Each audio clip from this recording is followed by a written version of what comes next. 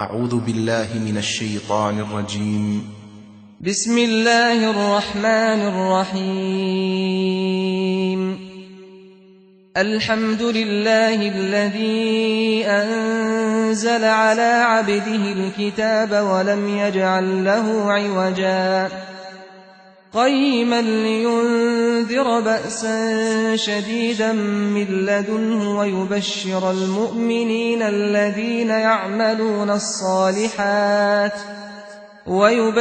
المؤمنين الذين يعملون الصالحات أن لهم أجرا حسنا ماكثين فيه أبدا وينذر الذين قالوا اتخذ الله ولدا ما لهم به من علم ولا لآبائهم كبرت كلمة تخرج من أفواههم إن يقولون إلا كذبا فلعلك باخع نفسك على آثارهم إن لم يؤمنوا بهذا الحديث أسفا إنا جعلنا ما على الأرض زينة لها لنبلوهم أيهم أحسن عملا وإنا لجاعلون ما عليها صعيدا جرزا أم حسبت أن أصحاب الكهف والرقيم كانوا من آياتنا عجبا إذ أوى الفتية إلى الكهف فقالوا ربنا آتنا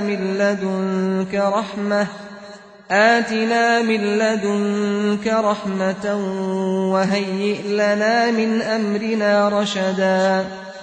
فضربنا على آذانهم في الكهف سنين عددا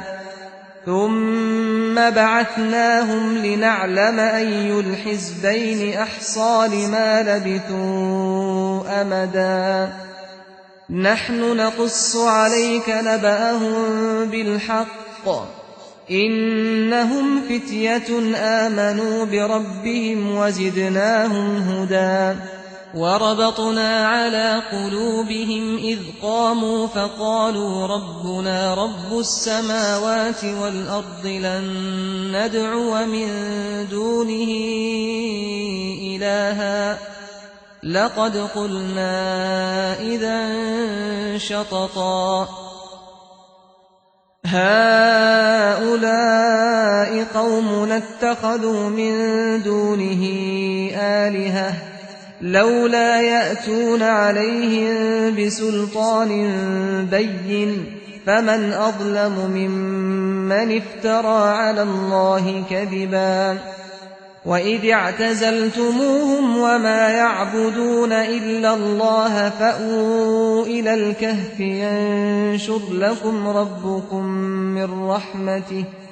ينشر لكم ربكم من رحمته ويهيئ لكم من أمركم مرفقا وترى الشمس إذا طلعت تزاور عن كهفهم ذات اليمين وإذا غربت تقرضهم ذات الشمال وهم في فجوة منه ذلك من آيات الله من يهد الله فهو المهتد ومن يضلل فلن تجد له وليا مرشدا وتحسبهم أيقاظا وهم رقود ونقلبهم ذات اليمين وذات الشمال وكلبهم باسط ذراعيه بالوصيد لو اطلعت عليهم لوليت منهم فرارا ولملئت منهم رعبا وكذلك بعثناهم ليتساءلوا بينهم قال قائل منهم كم لبثتم قالوا لبثنا يوما أو بعض يوم قالوا ربكم أعلم بما لبثتم فابعثوا أحدكم بورقكم هذه إلى المدينة فلينظر أيها أزكى طعاما فليأتكم برزق منه وليتلطف ولا يشعرن بكم أحدا إنهم إن يظهروا عليكم يرجموكم أو يعيدوكم في ملتهم ولن تفلحوا إذا أبدا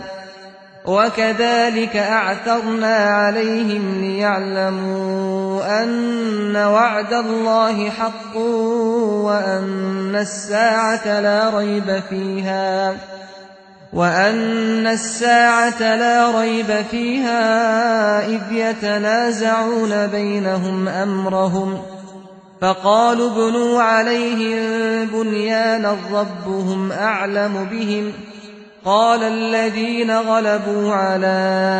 أمرهم لنتخذن عليهم مسجدا سيقولون 3 رابعهم كلبهم ويقولون 5 سادسهم كلبهم رجما بالغيب ويقولون 7 وثامنهم كلبهم قل ربي أعلم بعدتهم ما يعلمهم إلا قليل فلا تمار فيهم إلا مراء ظاهرا ولا تستفت فيهم منهم أحدا ولا تقولن لشيء إني فاعل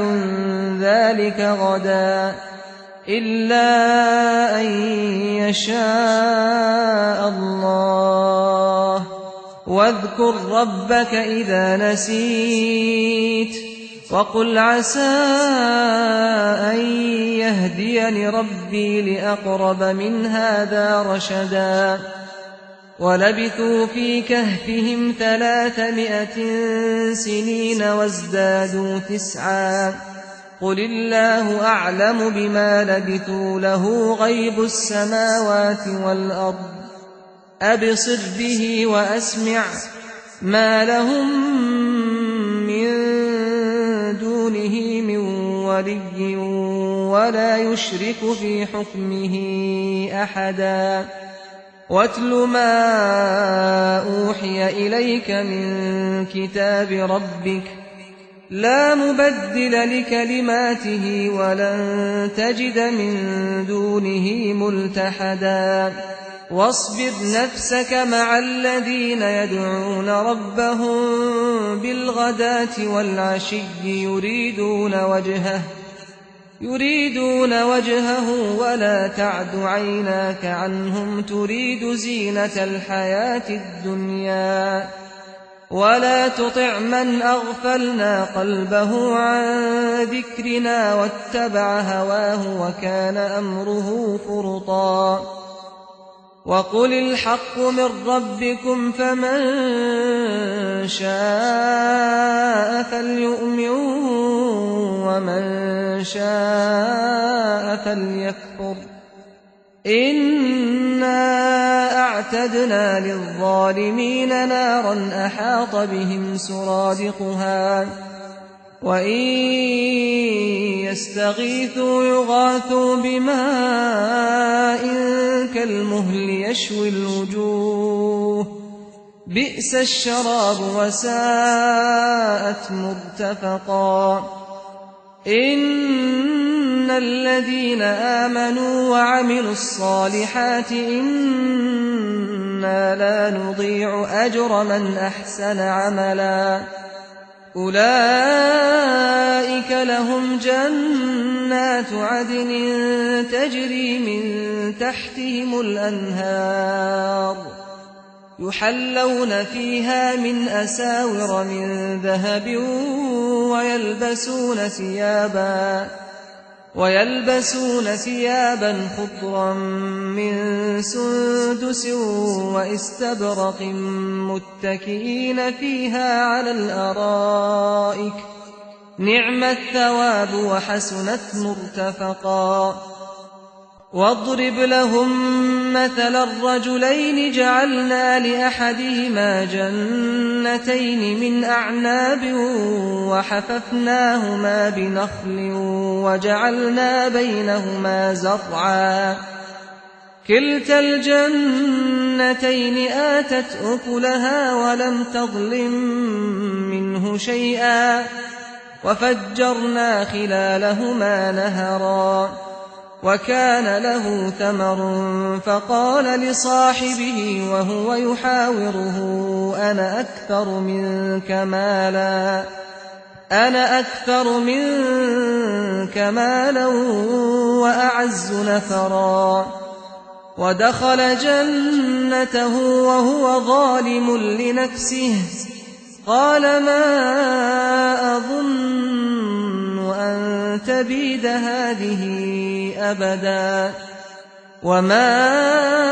أظن الساعة قائمة ولئن رددت إلى ربي لأجدن خيرا منها منقلبا قال له صاحبه وهو يحاوره أكفرت بالذي خلقك من تراب ثم من نطفة ثم سواك رجلا لكن هو الله ربي ولا أشرك بربي أحدا ولولا إذ دخلت جنتك قلت ما شاء الله لا قوة إلا بالله إن ترني أنا أقل منك مالا وولدا فعسى ربي أن يؤتيني خيرا من جنتك ويرسل عليها حسبانا من السماء فتصبح صعيدا زلقا أو يصبح ماؤها غورا فلن تستطيع له طلبا وأحيط بثمره فأصبح يقلب كفيه على ما أنفق فيها وهي خاوية على عروشها ويقول يا ليتني لم أشرك بربي أحدا ولم تكن له فئة ينصرونه من دون الله وما كان منتصرا هنالك الولاية لله الحق هو خير ثوابا وخير عقبا واضرب لهم مثل الحياة الدنيا كماء أنزلناه من السماء فاختلط به نبات الأرض فأصبح هشيما تذروه الرياح وكان الله على كل شيء مقتدرا المال والبنون زينة الحياة الدنيا والباقيات الصالحات خير عند ربك ثوابا وخير أملا ويوم نسير الجبال وترى الأرض بارزة وحشرناهم فلم نغادر منهم أحدا وعرضوا على ربك صفا لقد جئتمونا كما خلقناكم أول مرة بل زعمتم أن لن نجعل لكم موعدا ووضع الكتاب فترى المجرمين مشفقين مما فيه ويقولون يا ويلتنا ما لهذا الكتاب لا يغادر صغيرة ولا كبيرة إلا أحصاها ووجدوا ما عملوا حاضرا ولا يظلم ربك أحدا وإذ قلنا للملائكة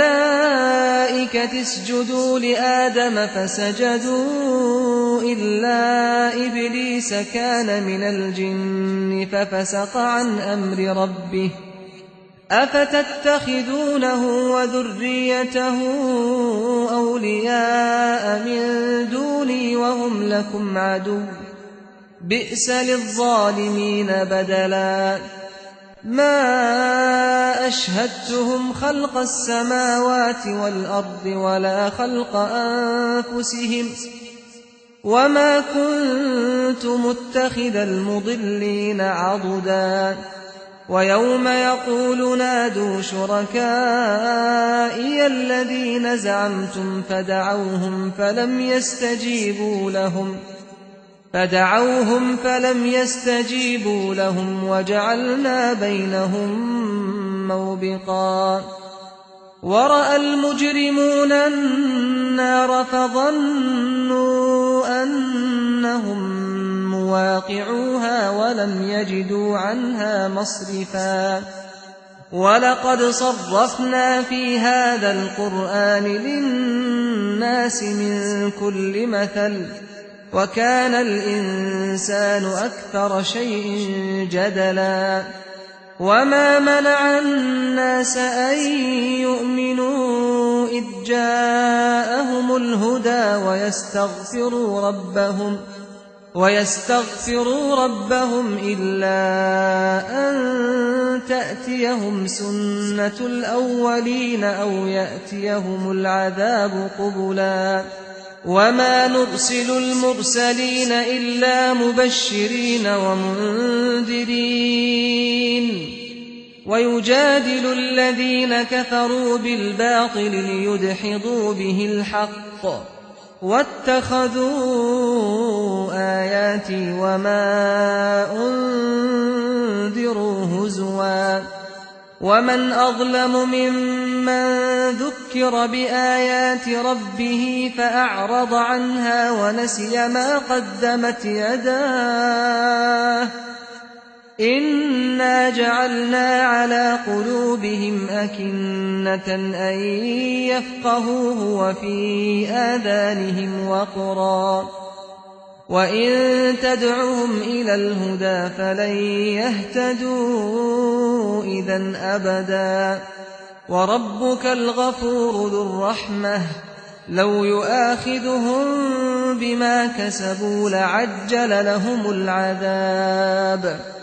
بل لهم موعد لن يجدوا من دونه موئلا وتلك القرى أهلكناهم لما ظلموا وجعلنا لمهلكهم موعدا وإذ قال موسى لفتاه لا أبرح حتى أبلغ مجمع البحرين أو أمضي حقبا فلما بلغا مجمع بينهما نسيا حوتهما فاتخذ سبيله في البحر سربا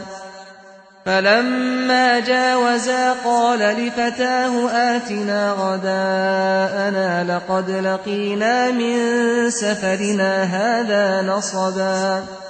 قال أرأيت إذ أوينا إلى الصخرة فإني نسيت الحوت وما أنسانيه إلا الشيطان أن أذكره واتخذ سبيله في البحر عجبا قال ذلك ما كنا نبغي فارتدا على آثارهما قصصا فوجدا عبدا من عبادنا آتيناه رحمة من عندنا وعلمناه من لدنا علما قال له موسى هل أتبعك على أن تعلمني مما علمت رشدا قال إنك لن تستطيع معي صبرا وكيف تصبر على ما لم تحط به خبرا قال ستجدني إن شاء الله صابرا ولا أعصي لك أمرا قال فإن اتبعتني فلا تسألني عن شيء حتى أحدث لك منه ذكرا فانطلقا حتى إذا ركبا في السفينة خرقها قال أخرقتها لتغرق أهلها لقد جئت شيئا إمرا قال ألم أقل إنك لن تستطيع معي صبرا قال لا تؤاخذني بما نسيت ولا ترهقني من أمري عسرا فانطلقا حتى إذا لقيا غلاما فقتله قال أقتلت نفسا زكية بغير نفس لقد جئت شيئا نكرا قال ألم أقل لك إنك لن تستطيع معي صبرا قال إن سألتك عن شيء بعدها فلا تصاحبني قد بلغت من لدني عذرا فانطلقا حتى إذا أتيا أهل قرية استطعما أهلها فأبوا أن يضيفوهما فوجدا فيها جدارا يريد أن ينقض فأقامه قال لو شئت لاتخذت عليه أجرا قال هذا فراق بيني وبينك سأنبئك بتأويل ما لم تستطع عليه صبرا أما السفينة فكانت لمساكين يعملون في البحر فأردت أن أعيبها وكان وراءهم ملك يأخذ كل سفينة غصبا وأما الغلام فكان أبواه مؤمنين فخشينا أن يرهقهما طغيانا وكفرا فأردنا أن يبدلهما ربهما خيرا منه زكاة وأقرب رحما وأما الجدار فكان لغلامين يتيمين في المدينة وكان تحته كنز لهما وكان أبوهما صالحا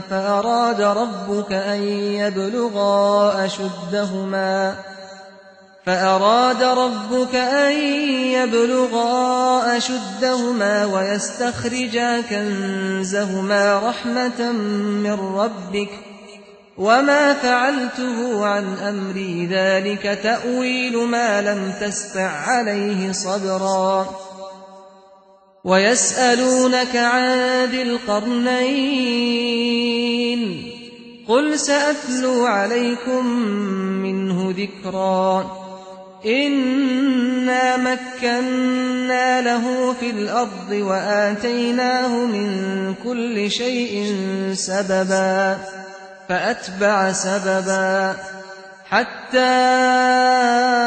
إذا بلغ مغرب الشمس وجدها تغرب في عين حمئة ووجد عندها قوما قلنا يا ذا القرنين إما أن تعذب وإما أن تتخذ فيهم حسنا قال أما من ظلم فسوف نعذبه ثم يرد إلى ربه فيعذبه عذابا نكرا وأما من آمن وعمل صالحا فله جزاء الحسنى وسنقول له من أمرنا يسرا ثم أتبع سببا حتى إذا بلغ مطلع الشمس وجدها تطلع على قوم لم نجعل لهم من دونها سترا كذلك وقد أحطنا بما لديه خبرا ثم أتبع سببا حتى إذا بلغ بين السدين وجد من دونهما قوما لا يكادون يفقهون قولا قالوا يا ذا القرنين إن يأجوج ومأجوج مفسدون في الأرض فهل نجعل لك خرجا على أن تجعل بيننا وبينهم سدا قال ما مكني فيه ربي خير فأعينوني بقوة أجعل بينكم وبينهم ردما آتوني زبر الحديد حتى إذا ساوى بين الصدفين قال انفخوا حتى إذا جعله نارا قال آتوني أفرغ عليه قطرا فما استطاعوا أن يظهروه وما استطاعوا له نقبا قال هذا رحمة من ربي فإذا جاء وعد ربي جعله دكاء وكان وعد ربي حقا وتركنا بعضهم يومئذ يموج في بعض ونفخ في الصور فجمعناهم جمعا وعرضنا جهنم يومئذ للكافرين عرضا الذين كانت أعينهم في غطاء عن ذكري وكانوا لا يستطيعون سمعا أفحسب الذين كفروا أن يتخذوا عبادي من دوني أولياء إنا أعتدنا جهنم للكافرين نزلا قل هل ننبئكم بالأخسرين أعمالا الذين ضل سعيهم في الحياة الدنيا وهم يحسبون أنهم يحسنون صنعا أولئك الذين كفروا بآيات ربهم ولقائه فحبطت أعمالهم فلا نقيم لهم يوم القيامة وزنا ذلك جزاؤهم جهنم بما كفروا واتخذوا آياتي ورسلي هزوا